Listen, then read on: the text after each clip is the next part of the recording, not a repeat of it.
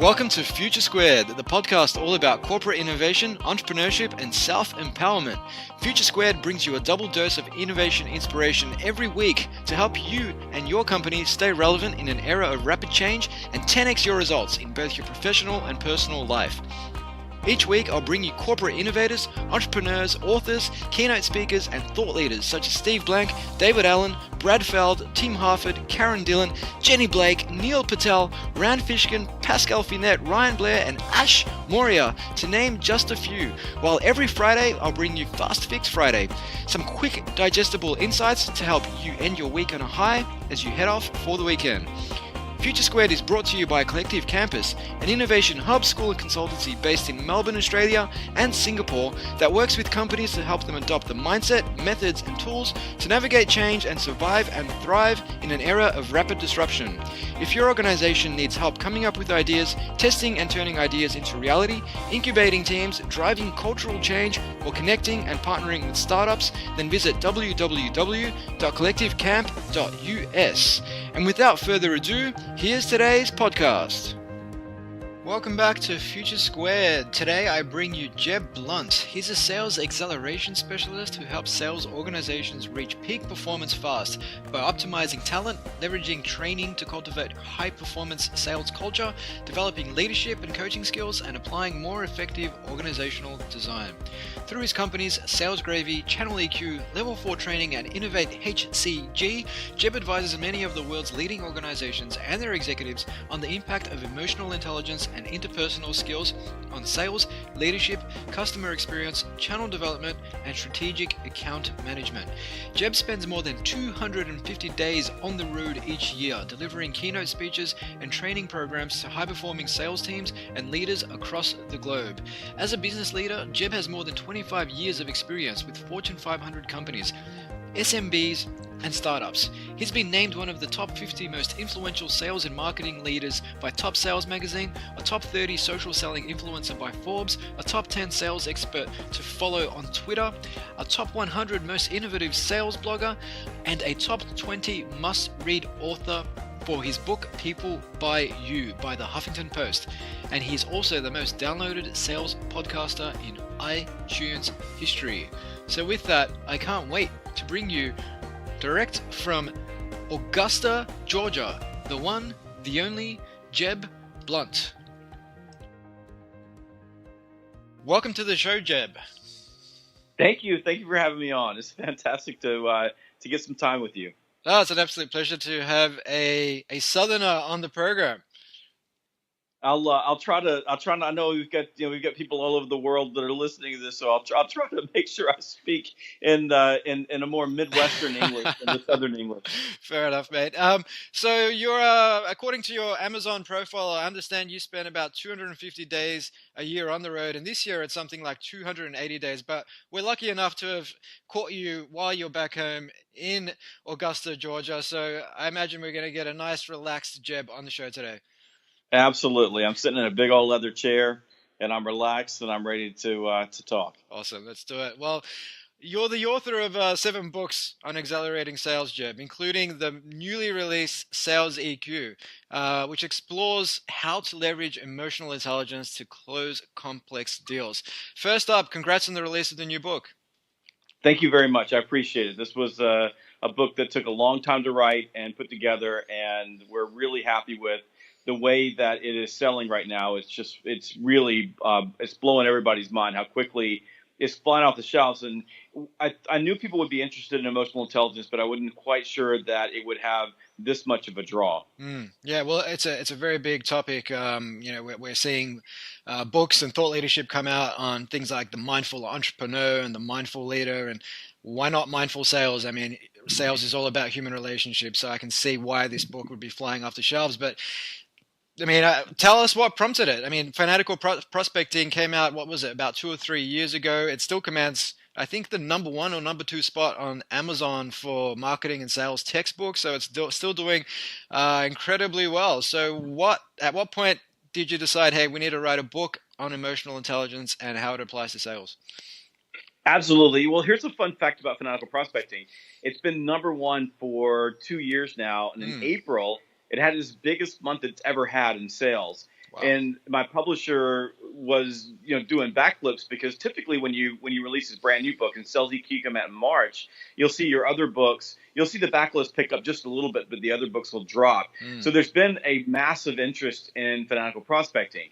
But I'm as a speaker and a trainer and a consultant and a sales acceleration specialist, we spend time on the entire sales process, from prospecting all the way through closing the deal and then account management. And we needed to have the sister book to Fanatical Prospecting, which is what Sales EQ is. But where Sales EQ originally, the concept of this was derived from, was for my clients. I was working with a lot of clients who had implemented the Challenger sale. And I'm sure you're familiar with that. That was a blockbuster book a couple of 3 years ago. And they had put the Challenger process in place, and it wasn't working for them. And I'm not talking about just a handful. I'm talking about almost every client, big, huge, Fortune 500 companies, all the way down to, SMBs. They were just having a very difficult time actualizing Challenger. And that doesn't mean that there's anything wrong with the Challenger model. It doesn't mean that there's anything wrong with the whole concept and the idea behind it. But what I noticed is that they were teaching the process of Challenger and what it entailed, but they never taught, and Challenger doesn't teach, the emotional side of that. So, for example, if you're going to challenge status quo, if you're going to teach a prospect, if you're going to give them insight, you have to earn the right to do that. They're not going to listen to you until you've built some sort of a relationship at the emotional level with them. And there's a thin slice of humanity that just naturally is able to do that without anybody teaching them. But most of us, as we've learned through emotional intelligence, through mindful, business, mindful sales, mindful leadership, that this is a skill that we have to hone, and we have to learn how to do that. And if you think about selling and the relationships you have in sales, they're not like any other relationship in your life, because it's a commercial relationship that has a finite lifetime, and each party in the relationship is in a highly emotional situation where they're both trying to get what they want, and neither one of them wants to lose. So you've got this emotionally charged relationship, completely artificial. So sales-specific emotional intelligence in that context means something. And when you apply sales emotion or sales EQ or sales-specific emotional intelligence in the Challenger model, or frankly any other sales process, and sales EQ is process agnostic, you get phenomenal results. I mean, almost exponential growth in sales, because all of a sudden the buyer is having a much better emotional experience with the seller. Yeah. And sales has always been about a lot more than having a better product or a cheaper price. It is about developing that relationship with your prospect. And I guess on sales, I mean, it seems like we're in a bit of a unique period in the history of sales. And I think in your book, you refer to it as being in the middle of a perfect storm. And why is that? Well, you've got a situation where technology has made getting information way easier than it ever has before. Now, the good news for sellers is that buyers are phenomenally confused with all the information they have. I mean, all you got to do is go look at 4 competitor websites, 4 competitor explainer videos, and this is important for entrepreneurs to understand. You can look at all of the aspects, the marketing material, everything. It's basically the same. I mean, from the buyer's standpoint, it all looks the same. But they do have that information at their fingertips. We're also in a situation where people are typically moving faster. They're multitasking more. Not that multitasking is helping them be more productive, because the numbers show that it isn't, but they still do.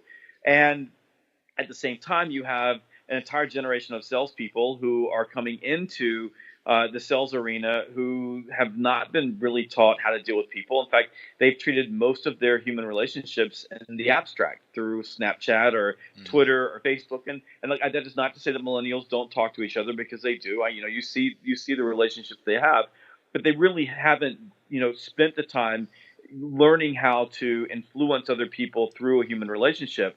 So you have all that happening, and at the same time you have these frustrated sales leaders who are implementing things like Challenger and insight selling. Again, nothing wrong with those processes, but those processes implemented by a person that doesn't have the acuity to deal with a human being creates a real big mess. And all of this is happening at the same time. And along the way, as human beings, this is just the natural evolution of how we buy things and how we experience things. We want a better experience from buying. We want that. And if we can't get a better experience from buying, we're going to build an app to make it easier. It's pretty simple stuff. Yeah. So we're used to things being fun and easy, and in the complexity of large account sales and the complexity of B2B sales, it's not always possible to build an app, but we still expect the same type of relationship. And so you've got this group of people. I call them ultra high performers because I couldn't figure out another name for them. But they're not the top 20%, they're the top 10%, top 5%, top 1%, who are just crushing it in this environment where everybody's running around saying the sky's falling, everything's changing, AI's coming, all that stuff. And these people are just killing it. I mean, they're making tons of money. They're at the top of their organizations. And the one thing that they do differently is they recognize that it's the experience of buying from them, the emotional experience of buying from them, that has the greatest impact on whether the buyer makes a decision that's where the outcome is in their favor. And that's a great point, Jeb, on the buying experience. And I align the buying experience somewhat with the customer experience. Even though they're not a customer yet, it's a prospect. I believe the customer experience starts way before a prospect becomes a customer. And I think the stats say that by 2020, when people are making buying decisions, it's not purely based on price or quality. It's based on the customer experience. In fact, customer experience is expected to outrank price and quality of product in terms of determining whether someone makes that purchase or not. And I would tell you, I think it already does. I mean, I think customer experience, I wrote a book called People Love You around customer experience in the B2B setting. So for account managers. And I believe today that customer experience outweighs marketing. I think it outweighs price. I think it outweighs quality. I think it outweighs everything. And you're exactly right. Customer experience begins with the process of selling to them. I mean, if it's a transactional sell and you're never going to see the person again, I get that customer experience and buying experience may not matter that much at all.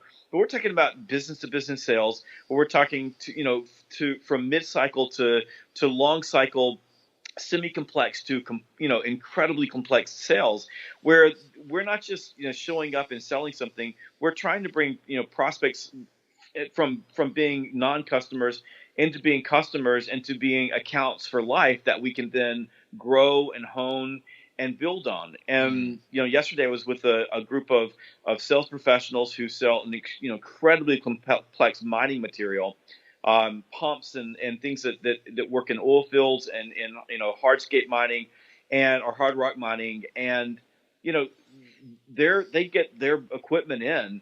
They're looking for a 20 and 30-year relationship with that buyer so that they continue to buy the parts and the things that run that equipment. If you don't have a great experience from the get-go, you're not going to get that long-term experience where someone's basically getting married to you. So and I hear a lot of people, a lot of experts these days are talking about the buyer's journey or the buying journey, and that's assuming that buyers are actively working to buy things. That there's a journey, and there's a thin slice of buyers who are actually doing that. Maybe 10% of the market is actively looking for things. But 70 to 80% of the market is just fine with where they are. And so they're not having a buying journey. You're starting the process, but they're having an emotional experience of working with the buyer from the beginning when or the seller from the beginning when the seller knocks on the door, picks up the phone or sends an email or interrupts their day on social media and starts a conversation.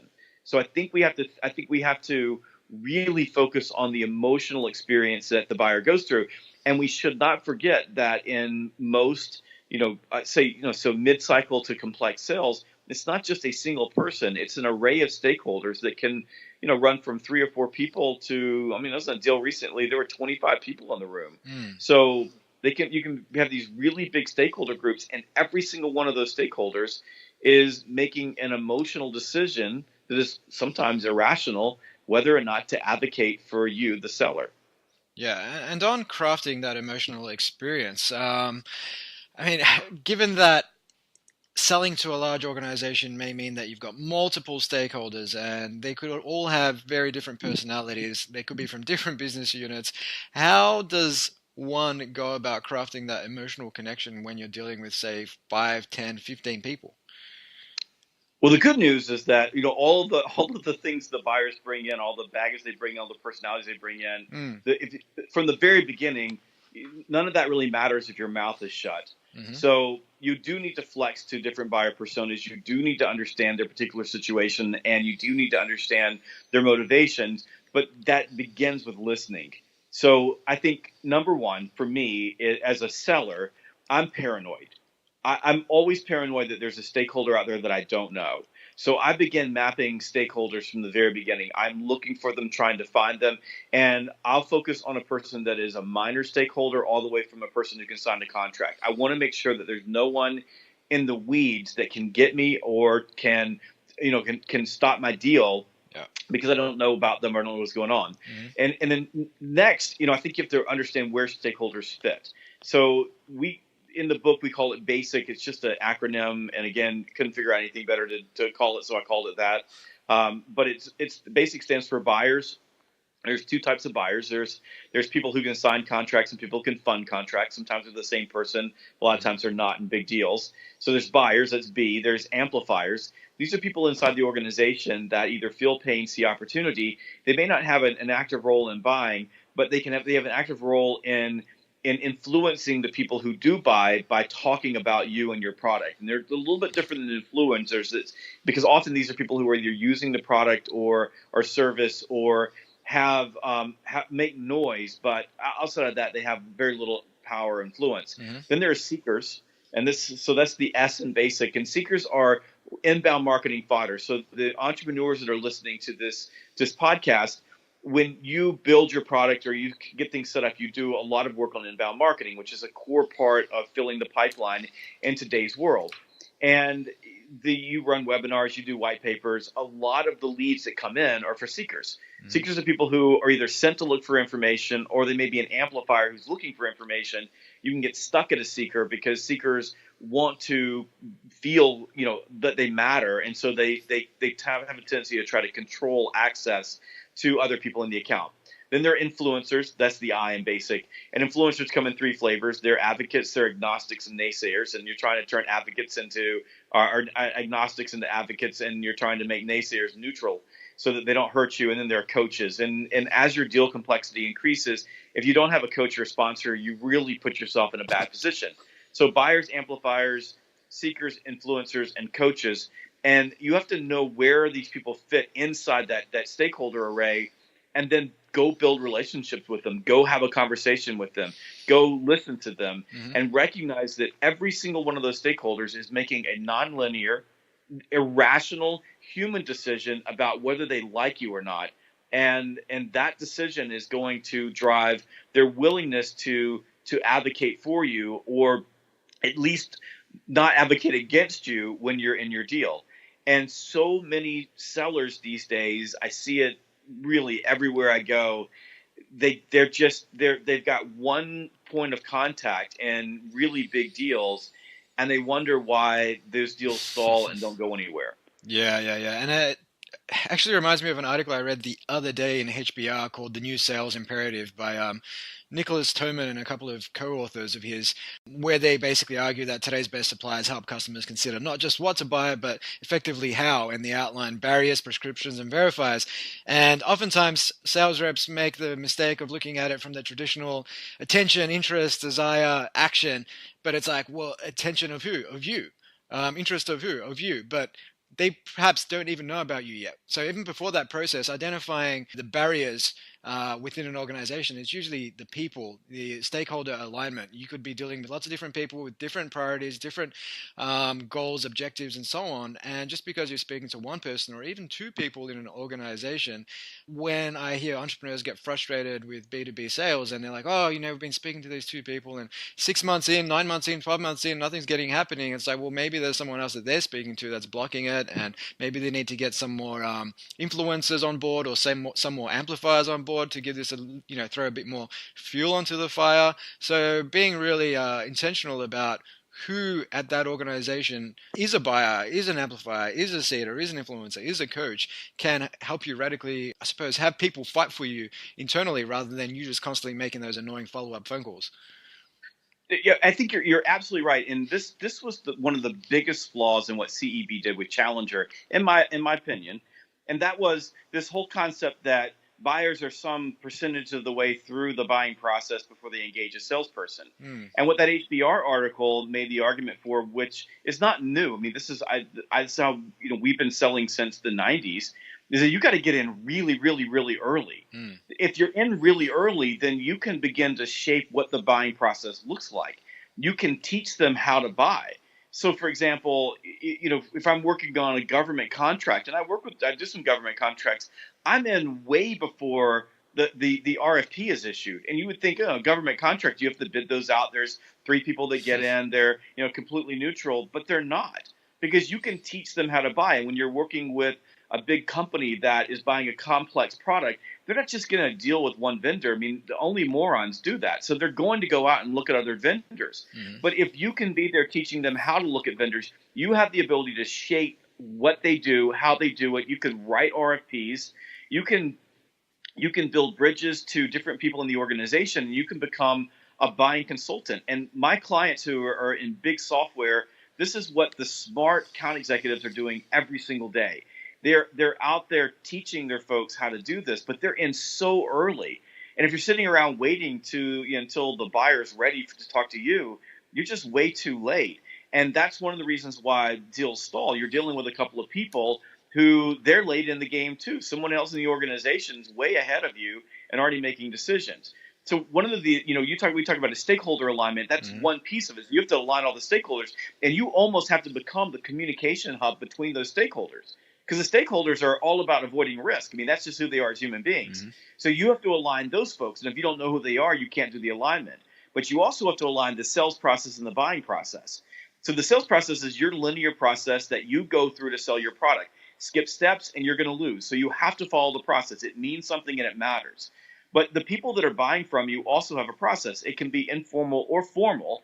But no matter whether it's informal or formal, if that buying process is not aligned to your sales process, it causes you to skip steps. So by getting in early, you're able to shape or bend the buying process back to your sales process. And when you get those two things aligned, it's magic. And by the way, it begins to lock your competitors out. When you do those things, aligning the sales process, the buying process, and then aligning that to the decision process. And the decision process is the process that every stakeholder goes through when they're making an emotional decision whether or not to advocate for you. And they do that by answering 5 basic questions. Do I like you? Do you listen to me? Do you make me feel important? Do you get me in my problems? And do I trust and believe you? And you have to answer those questions in the affirmative for each stakeholder. And when you do, by the way, they'll advocate for you. Mm-hmm. So you have to align all 3 of those things. And when I see, like you talk about entrepreneurs who are saying, hey, my deals are stalled, I can tell you, you don't have alignment across all 3 of those processes, because if you did, your deal wouldn't be stalled. Yeah, exactly right. And I mean, do you have any tips on entrepreneurs who say selling to a completely new industry, they've never dealt with this company before, they're not familiar with the internal sales process, the people they need to know in that organization? I mean, it takes a bit of reconnaissance, if you will, to figure out who's who in the zoo, how they go about making buying decisions. And obviously this information may not be freely available with a simple Google search. So what advice do you have for entrepreneurs who are trying to align their 3 processes of sales with the buying process of a prospect? This is crazy simple. Pick up the damn phone. Right? Pick up the phone and call somebody. Mm-hmm. If I'm calling into a new industry, I'll give you an example this week. So we're selling something new in my company this week. So I've got my son's back from college, so I have him in there. I've got a couple other people. We went in to one of our lead sources, built leads of people in this particular vertical. And we're both trying to learn the vertical. We're trying to learn that language, and we're trying to learn how to, in 30 seconds or less, get their attention and present a little bit of our product so that we can have a conversation with them. And we're not trying to set appointments. We're really trying to have a sales conversation on the spot. So that makes it even more difficult. So what are we doing? This morning we did 4 15-minute sprints of picking up the phone and calling. And the goal was to learn. So learn what's not working, learn what worked, what words did we use, what message did we use, what questions did we ask that got them talking to us, and then what did they teach us once we had those conversations. And that's what we did. So we picked up the phone and we called and we talked to people, and we had some bad experiences. I mean, we had some embarrassing experiences, but walking away, we created a better voicemail. We created a better email to go out. We created a better message for social media. And we ended up having, over a course of about 60 calls, 7 really good, solid conversations that are going to the next step. So you can do this on products that are, short to mid cycle. And if you're dealing with a complex account, you just call and talk to the people that are using products or that are in a particular department. And what I do is I'm just super authentic. I just call them up and say, I'm an entrepreneur and I'm creating something new, or I'm doing something different, or I've never worked in this industry before. And I'm wondering if you would take a few minutes and just teach me a couple of things. I just have some questions. And you have to be real about that. You can't let them teach you a couple of things and then flip that into a pitch. That's not right. Mm-hmm. But that's how you begin learning. Mm-hmm. And you can we're selling in a really complex account now, a really complex product that we're selling into a governmental agency. And the way that I learned the language, so because this agency, they're really particular about their acronyms and things like that. And if you speak their language, they'll pull you in. Mm-hmm. So I went on LinkedIn and I did a search for people who had been in this particular agency, and I found a bunch of them. And I wrote them notes and said, I'm trying to sell in this agency, and I need someone to teach me. Would you mind spending just a few minutes with me? And 3 or 4 of the people that I wrote to said, sure. And they got on the telephone, and I spent some time with them, and they connected me to some other people who said they would spend some time with me, and they connected me with some other people. And over time, I began to learn enough about it and some of the holes there that I learned so much that I'm actually writing a book about this particular agency and how do you sell to the agency. Because nobody really knew, but that's the thing. You can't just say instantly, I'm going to do this and now I'm going to be able to sell and know everything. You just can't know that. I mean, you have to go learn it. And I think learning the language of that particular company, industry, or vertical is critical to being able to get people to give you enough time, or to have enough credibility to get time, so that you can get deeper. And then my final piece, pick up the phone. And next is just go fail. You're gonna fail. You're going to fall on your face. You're going to learn through failure. You're going to learn through adversity in those situations. But that's the best way of doing it. You're not going to figure this out on Google. You can Google some things, but it's the human beings that are there that are going to teach you more than anything else that you're going to learn online. Mm. Well, man, that's a lot of insights packed into a short 5 minutes there. I mean, the one key takeaway there, I think, for our listeners is, if you're looking to figure out how to sell, or if you're looking to decode the buying process of an organization, don't just contact people in that organization. Contact people that have worked there previously, who may be a lot more willing to give up those details. That's a great insight. And I mean, a lot of what you've said there does definitely resonate with a lot of the entrepreneurs that I know, who are all about incremental improvement, all about failure, taking small bets, figuring out what works, figuring out what doesn't, whether it's their product, whether it's their marketing channels. And of course, you can apply that to sales as well, into different organizations. And every organization is different, so don't try and apply the same template you do with one company to another. But on picking up the phone and calling, it seems as if, and you kind of hinted or touched on it earlier when you talked about millennials and Snapchat and so on. Do you find that that's something that emerging sales execs or entrepreneurs are reluctant to do, and therefore sabotaging a lot of their potential for success? I think this is my most honest answer for you. Mm-hmm. I don't think this is emerging or new. I think people have had a hard time picking up the phone since the phone was invented. Yeah. The difference now is that we have more outlets than we used to. But let's go back to 1992, when you didn't really have the internet, you didn't really have email. I mean, you had some. We go back to 1985 if you wanted to, and there was a choice between picking up the phone or going to a trade show, or picking up the phone. And inside sales was around, but not nearly as prevalent as it is now. So you would go to salespeople, and they would go, "I'm just so much better knocking on doors." So instead of taking an hour and making $25 or $30 and setting their appointments, they would spend the entire day driving around, burning up gas, knocking on a few doors, and getting nowhere. That's what they did then. Today, we go, oh, LinkedIn is so much better, or oh, email is so much better. So it's not so much that they're afraid of that. It's just that, or that this is emerging. It's just that people don't see the value, and they never have seen the value in being able to really efficiently get in front of people. And the phone is the best way of doing that. And see, they're just scared. I mean, they're just afraid of what might happen on the other end. They don't know what to say. And I get an email a day. I get them every single day from, someone tells me this. I don't know what to say when they say this. So, we spend a lot of time as a company. Fanatical Prospecting Boot Camps as one of our most popular training programs, teaching salespeople how to do this, teaching them how to pick up the phone, teaching them how to be efficient at it, teaching them what to say, how to say it, when to get through. But I do think that entrepreneurs in particular need to hear this and heed this, because if you're an entrepreneur and you're building a company, you better, by God, learn how to sell stuff, and you better, by God, learn how to have conversations with people, because if you don't, your business is going to fail. I promise you it's going to fail. And you're not going to do it all through inbound marketing. You're not going to do it through social. You're not going to do it through email. You're going to have to talk to other human beings. And I know this because I'm an entrepreneur, and I built a company 10 years ago.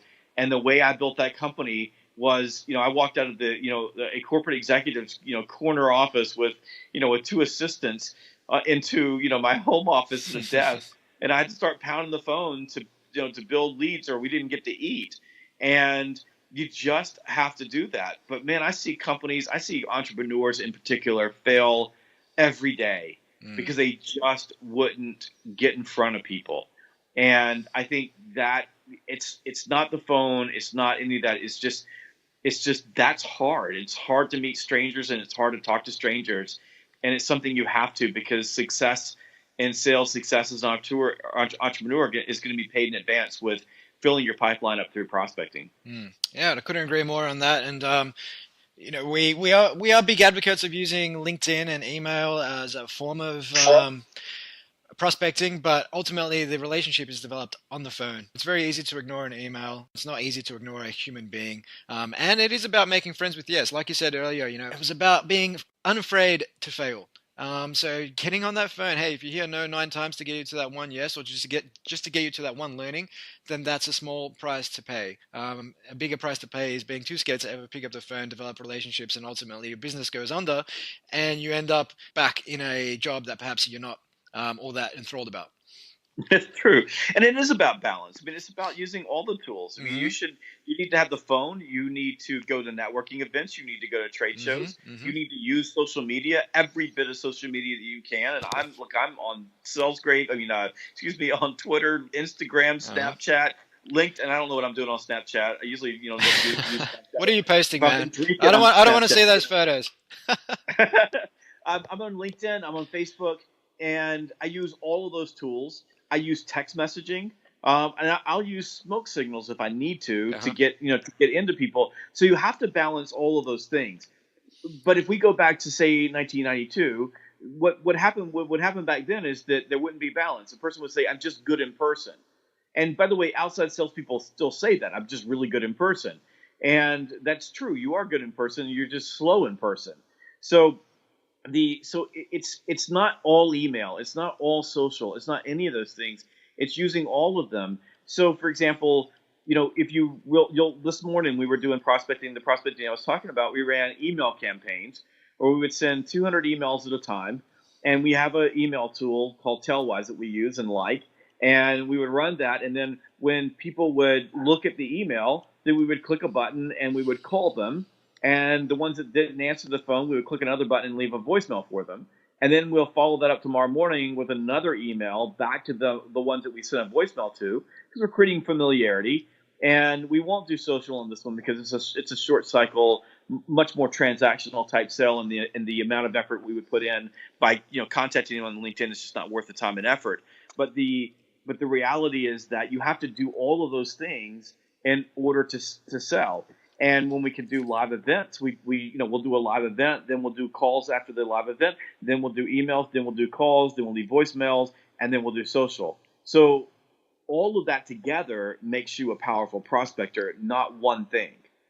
Yeah. And one of the things that's one of the themes that seems to be emerging from this conversation is that of necessity. I mean, you talk about, say, 1985, when people didn't have these other avenues like social and email and so on to call people. They'd have to pick up the phone even if they didn't like it. When you left your corporate gig to start your business 10 years ago, you said you're pounding the phones because it was out of necessity. If you didn't make those sales, you didn't eat and your team didn't get paid. And That's right. a little personal story from when I was about 14 or 15 years old and started dating. Back then we didn't have smartphones yet. I think I was about a year before, and I used to have to call some girl's house phone, and her dad would pick up and he'd be like, hey, is Michelle Holmes? Oh, who's this? This is Steve. And, more often than not, they'd pass the phone over kind of reluctantly. But the idea of doing something like that, say, in my mid-20s, after getting used to having that direct line to let's say a prospect, it's actually quite scary because you've got all these other avenues. Like, hey, no way in hell am I going to call the house phone and speak to this person dad or whatever the case may be. So you're absolutely right. That whole concept of necessity is so powerful. So maybe that's something that holds entrepreneurs back when they do have, say, a full bag of money. Maybe they've attracted some venture capital investment and so on, and things seem to be moving okay. And they're like, oh no, we're just chugging along. We've got all these marketing channels. We've got our inbound going. We've got some outsourced sales guys making calls, and ultimately they don't start picking up the phone until it looks like they're not going to make it. Well, that's true. When your venture capital and your angel investors start saying, "Hey, we need to make some money here," that becomes a problem. I do think there is something to be said about that. I think that I had a good friend of mine who got a ton of venture capital money and their business failed. And when I look back at it, they had so much money for so long. They were focusing on building the software, not focusing on building the business. And I just came from a different background. When I built my business, I came from a company that was profitable, and we were always profitable, and that meant something.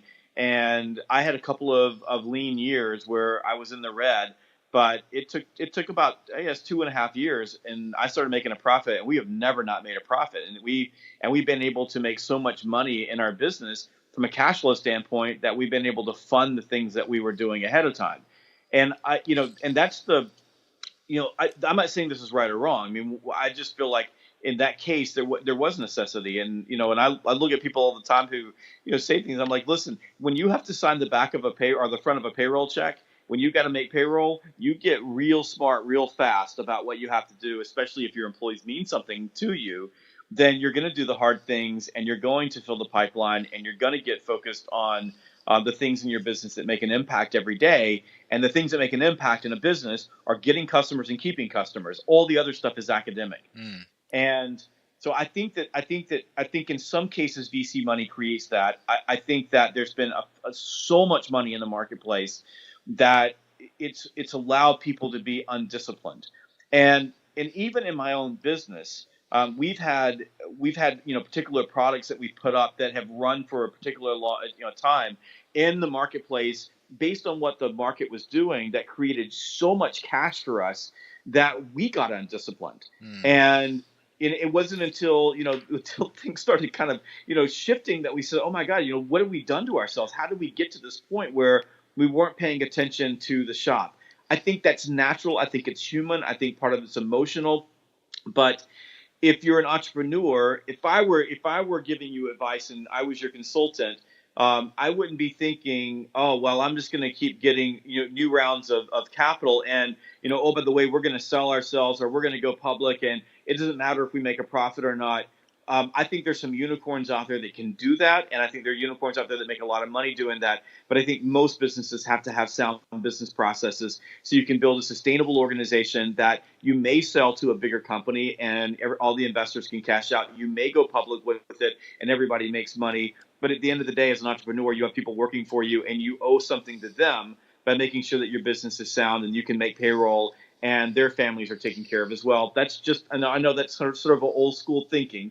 But I'm also a dude that, like, the shame that I had was not only did I had to pick up the phone and call a girl, but the phone that I was calling on was in a wall, and it was attached to a cord that was right in the middle of the family room. So I had to call the dad in front of with all my family watching me, and I have 5 brothers and sisters, so I had to do that. Wow, that's yeah. I feel sorry for you, man. That was a little bit tougher than me, but I think I was lucky enough. The cordless phone made its way into our family home about a year before I started making those phone calls. Otherwise, we had one of those old phones that with the cord on it, we'd have to wind each number and then it would wait for it to wind back and then wind it again. It would take you literally about a minute to dial, and then you'd accidentally wind one incorrectly. You'd have to start all over again. That was painful, man. But so I guess I wanted to digress. Well, not necessarily digress, but change tact. I mean, I guess we haven't spent too much time talking about emotional intelligence and how it applies to sales. I mean, we touched on the fact that, if you want to be um, building those relationships, you want to be listening to what people are saying, you want to be asking good questions. I mean, it comes back to what Stephen Covey said way back when in the 7 Habits of Highly Effective People: seek first to understand, then to be understood. So what else should people be doing to help, I suppose, develop their emotional intelligence? And of course, there's a lot of thought leadership out there on this topic, but what can they be doing? What can they be doing in the context of a sales meeting to use emotional intelligence effectively? Well, if we think about, let's go back to the commercial relationship. It's a different relationship than anything else that you have in your life. Mm-hmm. So when we look at the foundation of self-specific emotional intelligence, or sales EQ, we begin with something called dual process. In sales, the thing that salespeople have to do that's different than, say, a parent or a policeman or a fireman or a leader and or a teacher, is that salespeople have to be empathetic and outcome focused at the same time, which is really, really hard, because when you're doing that, it creates something called cognitive dissonance, which is really painful mental Mm-hmm. stress that human beings are wired to avoid. So salespeople have to begin there. You have to begin with, you can't be too empathetic, you can't be too outcome focused. You have to have balance between those two. And you have to stand in your prospect's shoes while moving yourself towards the next step. Mm-hmm. So we have to do that. And then we have to recognize and realize that sales in and of itself is emotional. It is incredibly emotional. Just think about what you and I were talking about. Let's just go back and just draw the picture of you on the phone or me on the phone, different eras, but we're both calling, some girl's house, Mm-hmm. and their dad answers the phone, and we've got to deal with that. It was all emotion. The reason you were going, you don't know what to say, because it was like all of a sudden your brain turned off, right? And your fight or flight kicked on. You wanted Uh-huh. to run away and hang the phone up. But part of you is like, I really want to date. I want to have a girlfriend. So, in that moment, it was completely and utterly emotional. Mm-hmm. And you didn't, at 14 years old, have a real system for managing that. I mean, later on when you got in college, you got really good at asking girls out. I hope you did. But I mean, you got good at doing that because, you had developed systems for managing those emotions. This is what ultra high performers in sales do. They have systems in their process that allow them to check their irrational emotions that they feel in the moment that they're dealing with another human being, the buyer, the stakeholder, who is also having irrational emotions that are driving their behavior. And a lot of it's happening at the subconscious. So, Mm. and it's not just like disruptive emotions like fear or insecurity or doubt or attachment or anger. It's not just those things, right? But it's also our natural human cognitive biases, are these heuristics that our brains use to think fast in a world that is really complex. So what great salespeople do is they create these checks and balances in their world to allow them to do that. So, for example, we were saying earlier, you've got to align the 3 processes of sales. Well, if you have that as a system, you recognize that you have emotions that would cause you to be impatient, or emotions that would cause you to fear reaching out and finding other stakeholders because we're afraid of talking to strangers. But because you understand how stakeholder arrays work and you understand how alignment works, you have a system in place that allows you to stay on track even though you're feeling that particular fear. Same thing with sales conversations. The great salespeople understand that intuition is a valuable emotional tool. It's like a mental iceberg, right? So there's a little bit of your intuition that is conscious, and the rest of it is at the subconscious level. But because they've created these systems, for example, asking for a next step or asking for micro commitments and doing it on a regular basis, and because they've done that, they're able then to tap into that intuition and bring a lot of what they feel and understand to the surface, so they can tell, is this stakeholder engaged? Are they paying attention to me? Am I fooling myself? Do I have a confirmation bias that's telling me, hey, I've got something really good happening here, but it's really not? And let's go back to your entrepreneur who says, hey, I'm stuck here. I've been talking to a couple of people in this account and I'm not going anywhere. That is an entrepreneur who may have been dealing with people who weren't particularly engaged or weren't willing to make micro commitments or weren't willing to match their effort, but they were clueless about it because they didn't see it. They were emotionally blind. And what ultra high performers understand, and this is how they begin to develop emotional intelligence, is through empathy and self-control, through self-awareness, through sales drive. These are the 4 pillars of self-specific emotional intelligence. But what they do is they focus on creating systems that allow them to rise above their emotions, to become aware of their subconscious biases, and to move deals forward anyway, to move deals forward through into outcomes, by not getting caught up in the emotions, but by living above them. And they live by a rule that you can't be delusional and successful in sales at the same time. So you have to find ways to create awareness in these highly emotional situations. That to me is the beginning. That's how you begin. You begin with just this simple acknowledgement that it is highly emotional, and that in this environment you're driven by emotions. And if you don't create mechanisms that allow you to feel the emotion but not get caught up in the emotion, you won't be able to grow your emotional intelligence in this particular endeavor of sales. Yeah, couldn't agree more on that. And it's effectively a form of mindful selling, if you will, or sales EQ. I guess the terms may be interchangeable in that respect. But draw back to ancient Greece and Socrates, who always used to say that emotion clouds judgment. And if you can take that emotion out of your prospecting, you're much more likely to think and act from a place of reason. You're going to ask better questions. You're going to make better decisions, and ultimately develop better relationships and increase your sales. But I think what we have to recognize, you're exactly right, is that emotions happen without our consent. So the emotions happen anyway. So you have to you have to apply that reason in the midst of the emotions. You can't say to yourself, how do I get rid of these emotions? How do I become non-emotional? You're just not going to be able to do that.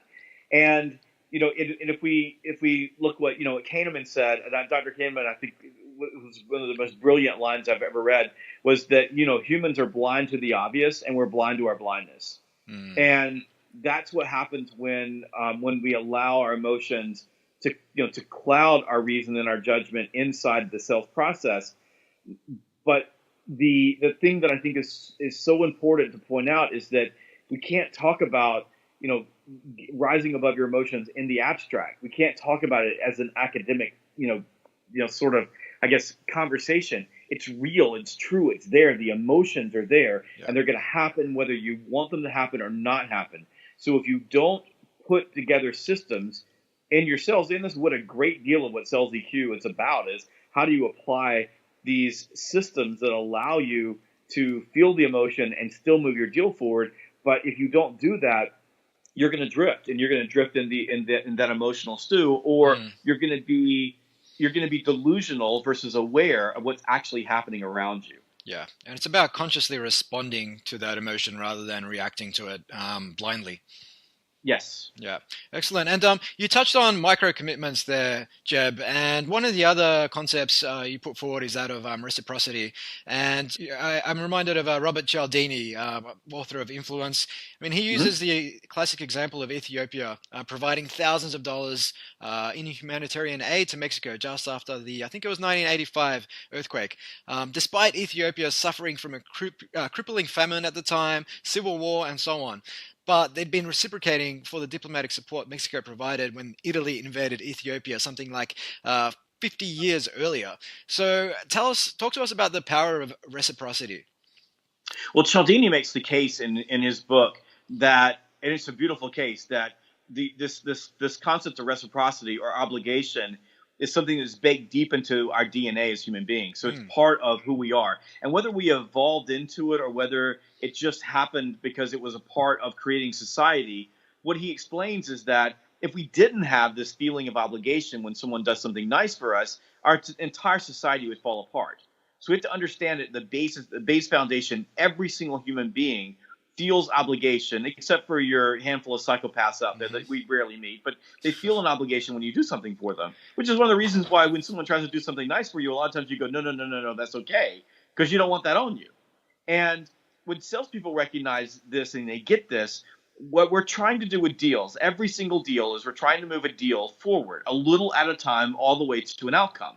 I go back to your example of the entrepreneurs who were dealing with a couple of people and the deal stalled and they're frustrated. I mean, stalled deals are the bane of sales organizations, big and small. So the salesperson is always asking people to make small commitments. And there's two things that happen there. One thing that happens, and Cialdini explains this in his book as well, Commitment and Consistency, is that every time someone makes a commitment, they have to change their value system to align with that commitment, or there's something called dissonance that happens to them, which is painful mental stress. So they don't want to do that. So by getting them to make small commitments, they begin moving forward to the outcome. There's actually three things that happen. The second thing that happens is each time they make a commitment, they make an investment. And the investment principle says that the more you invest in something, the more valuable it is to you.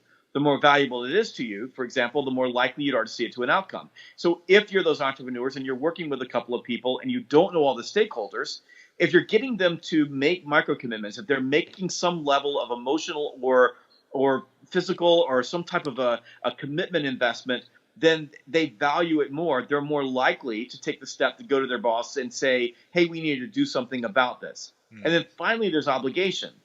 So if I give you a gift, if I do something nice for you, you feel an obligation to do something nice for me. It doesn't mean that you will. It just means that you'll feel that way. And the one thing we must understand is you cannot go into relationships with stakeholders and expect it to be quid pro quo. I do something nice for you, therefore you do something nice to me. If you do that, it's called premeditated resentment. So you have to back off from that. But what you have to understand is that what you're doing is you're bending probability in your favor that if I do something nice for you, that person is going to reciprocate. Now you could give them a pen. I mean, you could take them, out to dinner. There's things that you can do, but the most effective way that you can do that is to make them feel important, because the need to feel significant or the need that you feel like you matter in the first world is the singularity of human behavior. It is insatiable in human beings. We desire to be accepted and loved and wanted and to feel important and significant. And the easiest, fastest way to make another person feel important and significant is just to listen to them. Because if you listen to them, you make them feel like you care about them, especially when you allow them room to talk and tell their story, and you get out of the way, and you are sincerely interested in what they're saying. When that happens, it is incredibly powerful. It builds these deep emotional relationships with you. Therefore, when you ask for that commitment, your prospect, your buyer, your stakeholder feels a subconscious obligation to comply with you or to go to the next step. And the reason that I use micro commitments is you can't do it all at once. I'm looking for little things. I'm asking for a next meeting. I'm asking for an introduction. I'm asking to level up to a buyer or to a person who can make a decision. I'm asking for information. Sometimes I ask for a tour. Can you show me around your office? I did this with a software executive recently. I had him show me around 2 floors of their offices. When we sat down, after he spent the time talking, when we started, he wasn't a buyer. When we ended, he signed a contract. That's how powerful obligation and the law of reciprocity is. And salespeople can employ it without really a whole lot of effort by just taking time to listen, to pay attention, and to, for example, I'll just go back to what you were saying earlier. If I'm a vendor and I'm early on in the process and I'm helping them learn how to buy, or I'm writing an RFP for them, or in some cases, I've helped customers fire a vendor by giving them all the information that they needed to do that. But all of that comes into play as you're moving your deals forward, as you're creating velocity inside your pipeline. And in sales, and again, we go back to why sales is so different, outcome matters. Getting to the next step matters. So if you're an entrepreneur and you're listening to this, or you're anybody in sales or in a corporation listening to this, go look at your pipeline. Just go look at it. I guarantee if you just ask this question of the person who is working on the deal, what's the next step? And the deal is stalled, there won't be a good answer. And they didn't get a next step because the person they were dealing with didn't feel any obligation, any need, any value in moving to the next step. Does that mean? I know that was a long explanation. No, but it makes a lot of sense, that's Jeb. how it works. Yeah, and I mean what you said there about giving without any expectation of return. Otherwise, you build resentment. I had a conversation with Brad Feld the other night, the co-founder of Techstars, who've incubated over 1,000 startups in the past 10 years.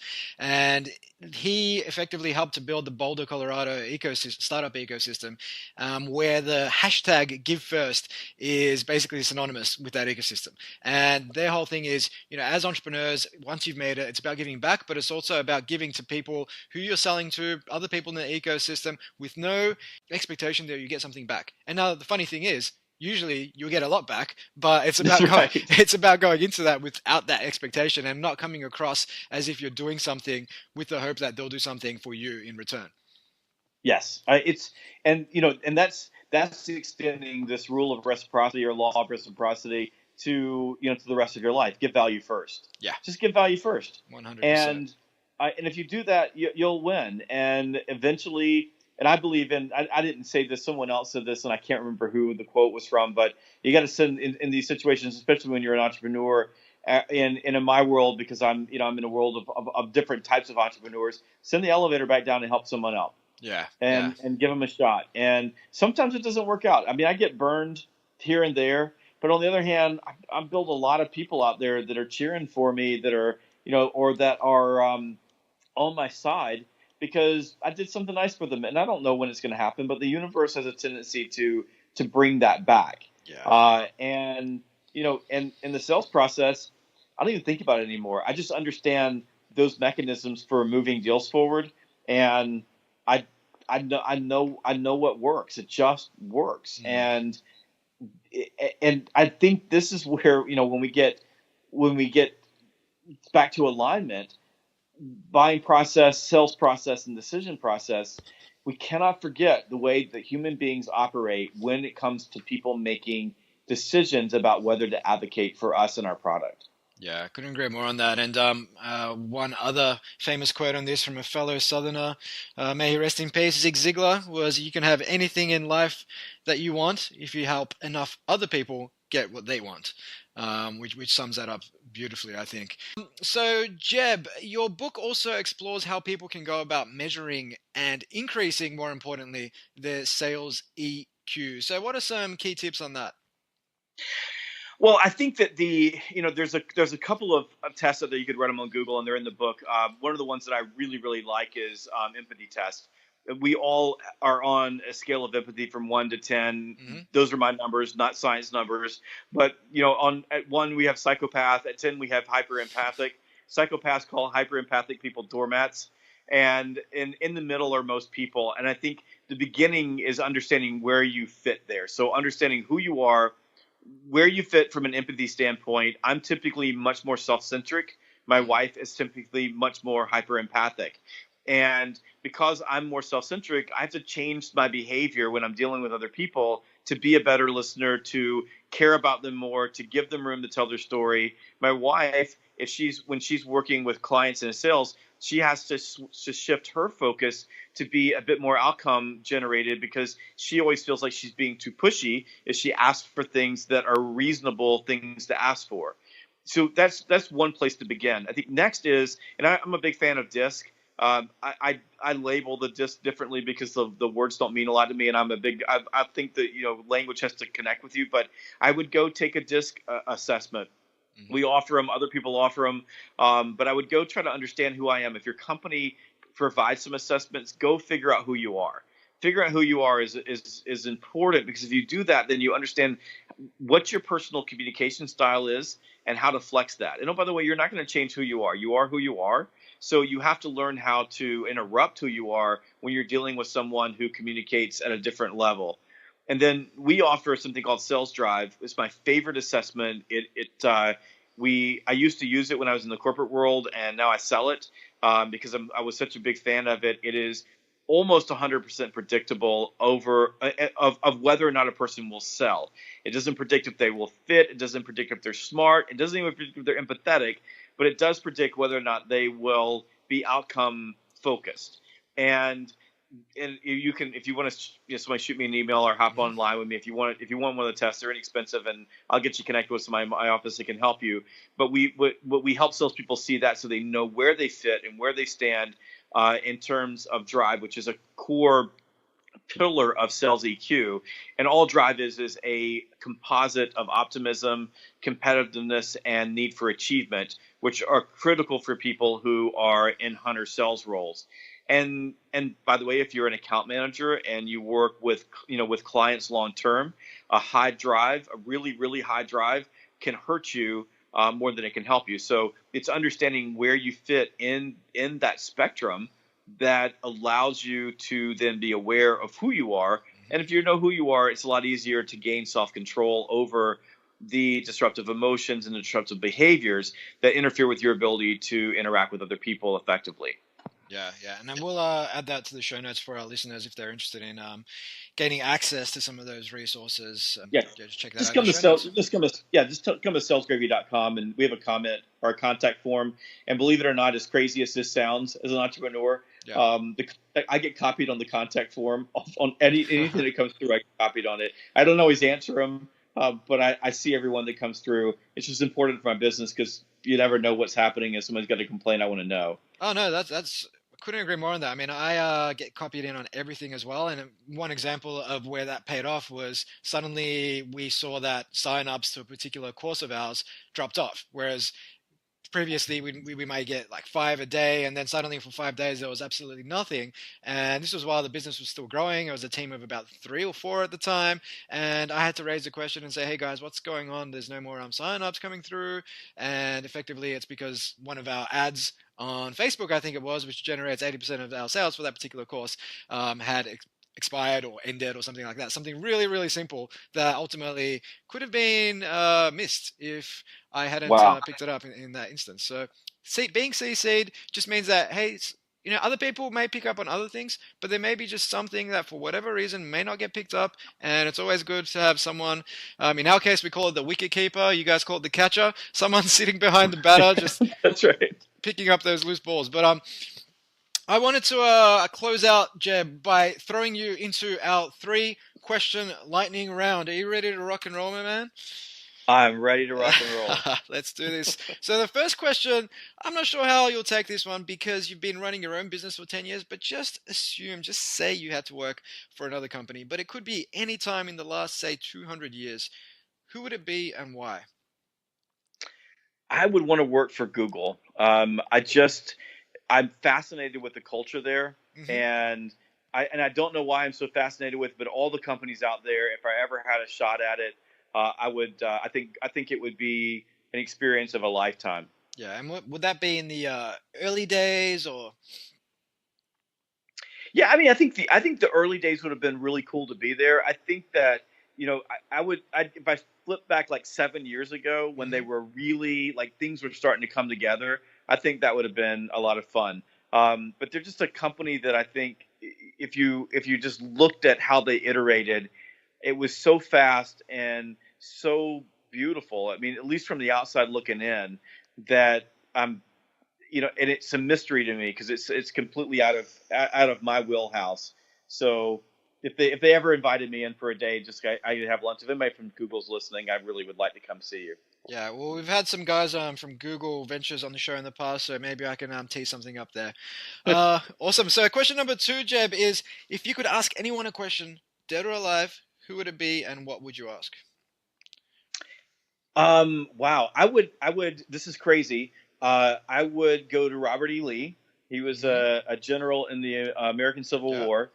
He fought for the South, and the question that I would ask him was, what was his motivation for giving everything in his life away, for fighting for the losing side because he lost Mm, everything in the war. yeah. And I would probably ask him a follow up question because I think he did a what what you know why what was his motivation for most civil wars, for example, go into a guerrilla mode. After the one side loses, they all run into the woods and they fight for another 40 years. But they all walked away, went back to their homes. What was it that created that type of leadership? And I would ask a lot more questions than that, because I'd love to sit down with him, because I think that, again, a fascinating figure in history who did some both good and bad things. Yeah, and the American Civil War is something that has been, in some ways, romanticized through film and television over the years. Yes, there's no doubt about it. Yeah. There's no doubt about it, and it's a part of our history. I mean, it's hard, like where I live, you can't walk out your door without running to a battlefield. So Yeah. I didn't experience it, but ancestors way back did. But Lee's just one of those characters in that war that he became mythical. So he's one that you want to go back and see the human. Yeah, and I think there's a great song, the Gettysburg. Well, it's actually a trilogy, the Gettysburg Trilogy, and it's from a metal band from the South called Iced Earth. I'm not sure if you're into your heavy edge music, man, but it's all about the Civil War and the lead up to the to the end of that war and how it all played out. It's really fascinating stuff, but I'll send you a link to that. Check it out after the show. And the lucky last question is, Jeb, you're on the road pretty much 70-75% of the time, 280 days this year, and keen to explore how you stay on top of your game. Obviously, you exercise, some form of emotional intelligence, mindfulness, and so on.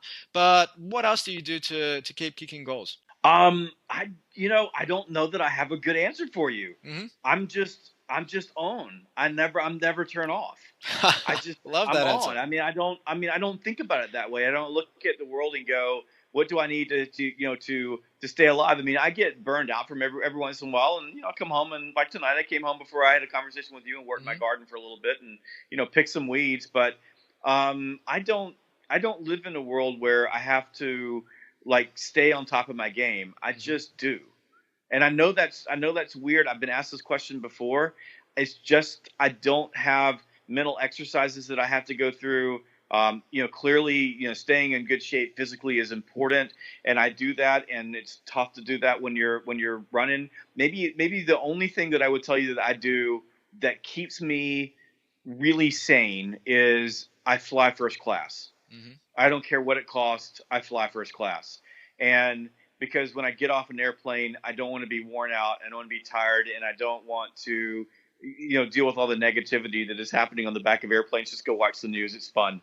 So that's the one, I would say, luxury that I have on the road that I would consider a luxury, because it's not necessity. But I do that. And I feel kind of bad about saying it, because I guess it's kind of, 1%er, but that's just what I do. Hey, everybody's got their thing. So flying first class, obviously trying to keep fit when you can, and embracing a bit of emotional intelligence, not just in sales, but also in your day-to-day relationships. So I think that's three things. You may not like to explicitly say that they're how you stay on top of your game, but hey, they're what you're doing. And people can obviously find you at salesgravy.com. They can hit you up on Twitter at salesgravy. The book's obviously available at all places that good books are sold. Is there anywhere else people should go to connect with you, Jeb?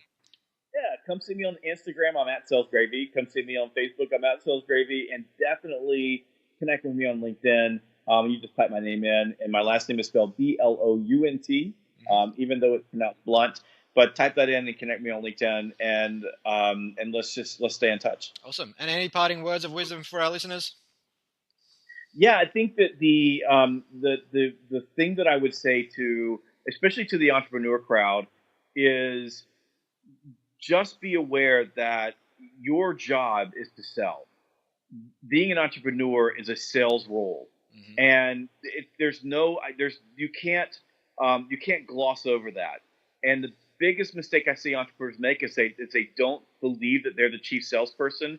And the biggest victories that I see are when entrepreneurs believe and embrace the fact that they are their company's number one sales rep. Yeah, love that, man. Thanks again for giving up some time to speak to the listeners of Future Squared. You've left them with a hell of a lot of value bombs, and I hope you enjoy the rest of your day. Thank you so much. I appreciate it. Thanks for having me on. No worries. Cheers, Jeb.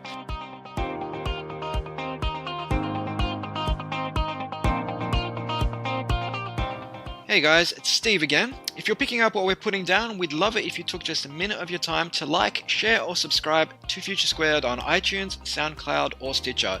It would mean a hell of a lot to the team here who work effortlessly to bring you thought leaders and experts on topics of corporate innovation, entrepreneurship, and self-improvement on a weekly basis. As always, you can find more resources on innovation, including blogs, books, podcasts, videos, webinars, and tools at www.collectivecamp.us. If you'd like to connect with me on Twitter, you can do so at Steve Glaveski. That's Glaveski. Until next time, keep innovating. Future Squared out.